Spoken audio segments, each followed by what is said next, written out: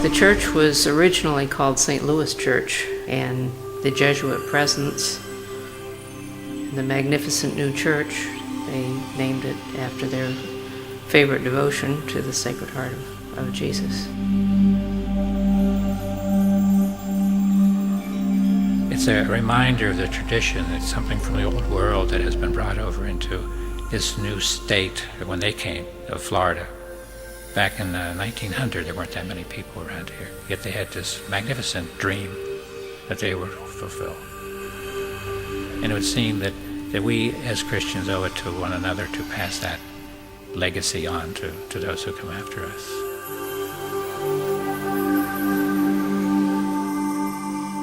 They used to call it the mother of the missions.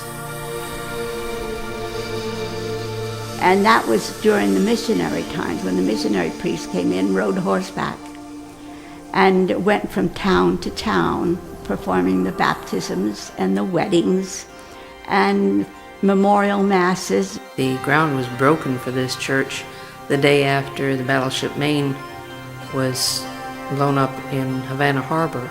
The Sacred Heart is just a God-given gift, I think, to the city of Tampa, because there's been so much of life here, and it's helped so many people through the years. You can't imagine the giving heart of the Sacred Heart of Tampa. The giving heart. Within the heart of a growing community lies the legacy of those who have gone before, those who, through both their love and a magnificent vision to build a lasting monument to their faith and their community, achieved a sense of completeness by passing on to us the heritage of the heart.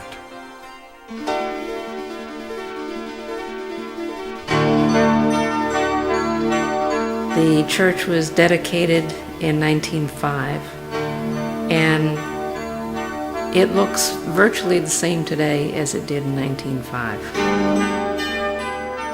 We have lawyers and we have doctors and professional people coming into the church really on a daily basis. And they look to the church, and this is a kind of a haven, kind of a sacred haven, really.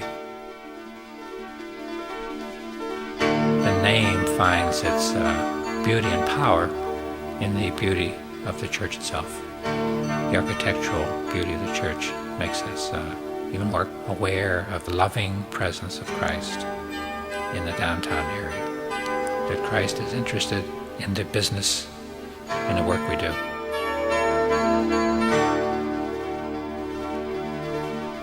Our pride and joy has always been the stained glass windows. They were crafted in Munich, Germany. Someone told me that these windows are unique because every face has a different feature. It's just not a bland, once-for-all face.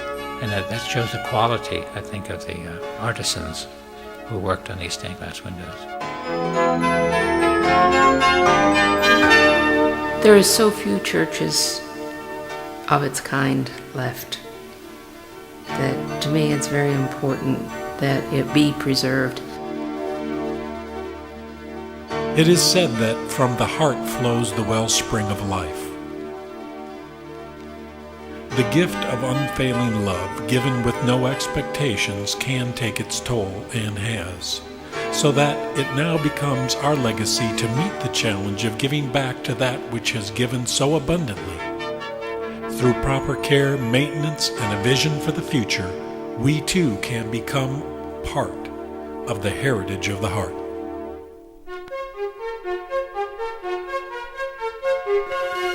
The last time the interior of the church was painted was 1974. When I walk around the outside of the church, looking at the exterior, when I walk inside the church and I come up to the stained glass windows, They're in dire need of preservation. The lead that holds the pieces of glass together is oxidizing. Some of the windows leak. Some of the frames are bowed.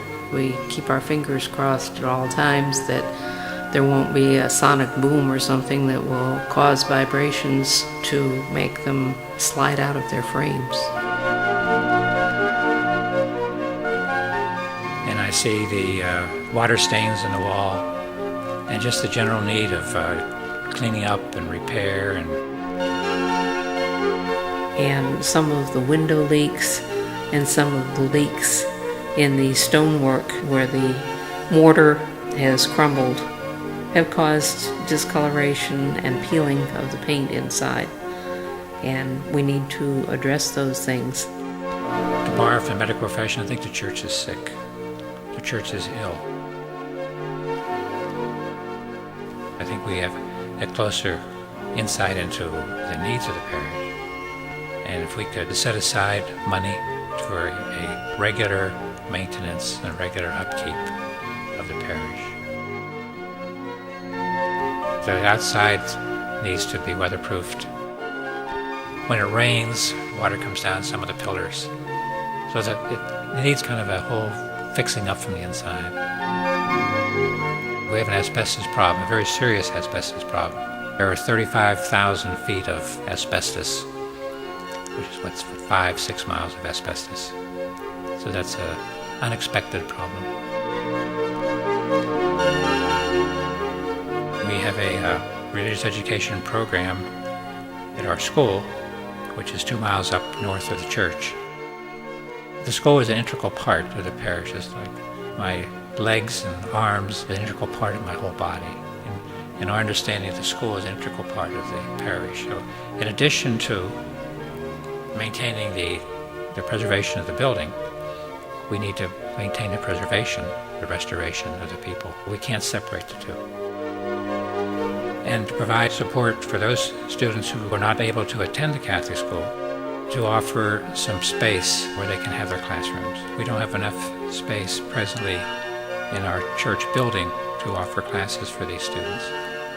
So one of our goals is to provide space in our pastoral center, classroom space for them. And if we could have the larger facilities here for meeting, I'd like to see us work with other churches in the area to reach out again to the downtown area. We just need some sort of an outreach to our high-rise buildings here for the elderly in some of our nursing homes, to provide some type of care for the sick in our parish as well as in our neighborhood. And to be able to provide even programs and opportunities to come and meet and discuss this integration of our spiritual life and our business life, and some of the ethical problems that some of the businessmen come up with, sort of a brown bag lunch program for our downtown people.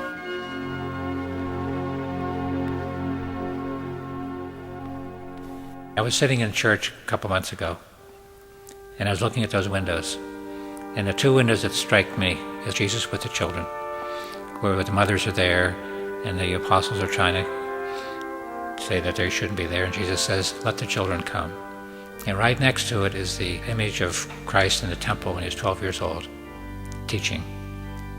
And I see these are the two functions of our parish, that we have a school to help those children to become the type of Christians that the Lord wants them to become. And Jesus in the temple, this is what we do in a church. We are teachers, not just in our liturgical services, but with our religious education programs, and by offering some teaching of how to live a better life, to make people aware that whatever is true, whatever is intelligent, whatever is for the building up, all these are part of what it means to be a Christian. So to disseminate truth in all its forms, not just its sacramental and religious teaching, but just what is the truth. The best service we can show to those who have come before us is to be grateful. Because if we are grateful, then we will do the best we can to see that the lady gets back to health. With your help, we can continue to provide our community with the heritage of the heart, an unending river of love flowing from a grateful heart.